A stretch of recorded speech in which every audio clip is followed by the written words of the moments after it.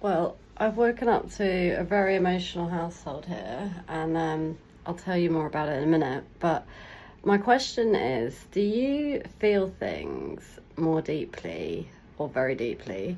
And are you neurodivergent?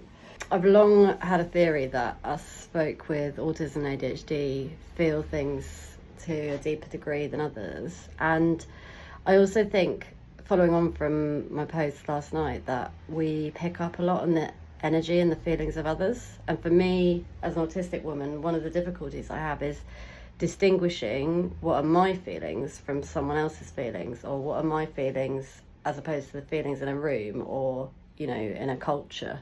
This morning was rough. Interestingly, I woke up and started having a complete meltdown over the fact that the washing up hadn't been done by my daughter, and I didn't even know yet the news about the election in America. So that's how deeply, and maybe even spiritually, that I'm picking up on the things in the world around me. Like, there's my current state, and then there's what's going on around me, but I don't even need to consciously know about it to be feeling it. And we had a very difficult, situation where she had to stop me and say, look, I can't deal with you harassing me that I haven't done the washing up right now. I'm too emotional.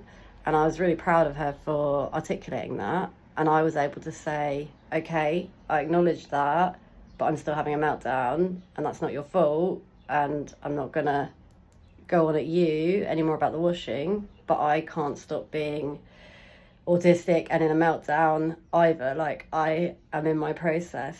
And so we had to navigate that. And then she said to me, have you not seen the news yet? And I was like, no, I haven't even looked. And she was distraught, about the news in America. And we have moved from England to Canada to get my daughter, the healthcare she needs to transition. And we're very open about that with people. My daughter is trans, she needs healthcare, and we couldn't access that in England. But also the political atmosphere in England was getting worse and worse. And I'm very grateful that we had the ability to leave and come to Canada, where we are safe, my children are safe, and my daughter can access life-saving healthcare. And I don't mince my words about that. There are young trans people dying right now because they can't access the healthcare they need.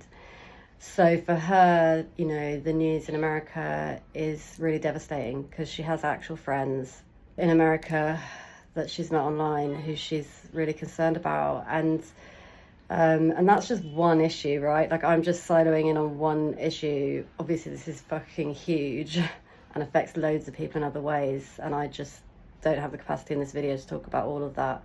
We were able to, I said, look, stop, talk to me. We had a cry together. If you're late for school, you're late for school. Like, this stuff is big. We feel things deeply, and it's okay. And everyone, collectively, is feeling this stuff. I know that. Like, this doesn't affect just neurodiverse people.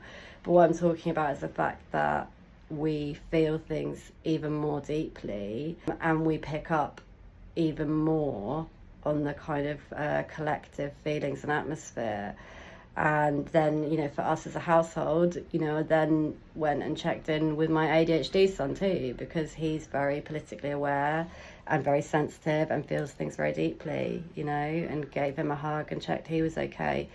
And this is why I don't actually pay attention to the news anymore, because I literally can't deal with it. If I have that stuff coming in as input, I am emotionally wrecked all the time, and I can't function to do the other things I need to do to be a good mum, to go to work, to get on with my day. Like, this is big, it affects the whole world, and we can't live in a vacuum all the time.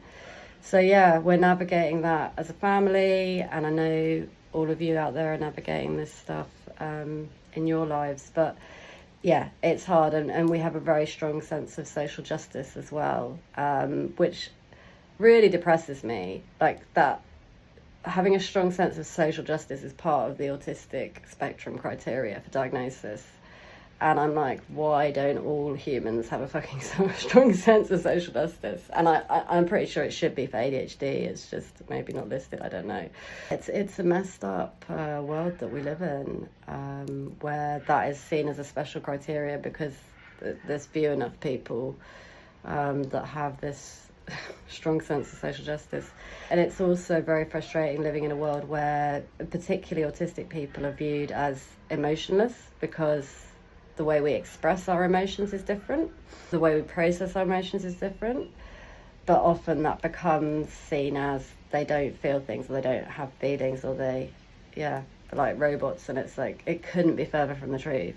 It really couldn't. And I know if you are autistic or ADHD, or you know anyone who is, you will know this is true. But I guess I'm trying to educate other people out there that this stuff affects us deeply and we feel things very deeply. So if you are going through it, you're not alone. Reach out. And if you know anyone who is neurodiverse and affected by this stuff, check in with them, make sure they're okay, and check in, with your friends in America and wherever they are in the world, because this has massive implications for other places. I know that in England the politics are affected by what happens in America a lot, and there's people with an agenda in England right now that's very anti-trans, that's very anti-LGBTQ people in general.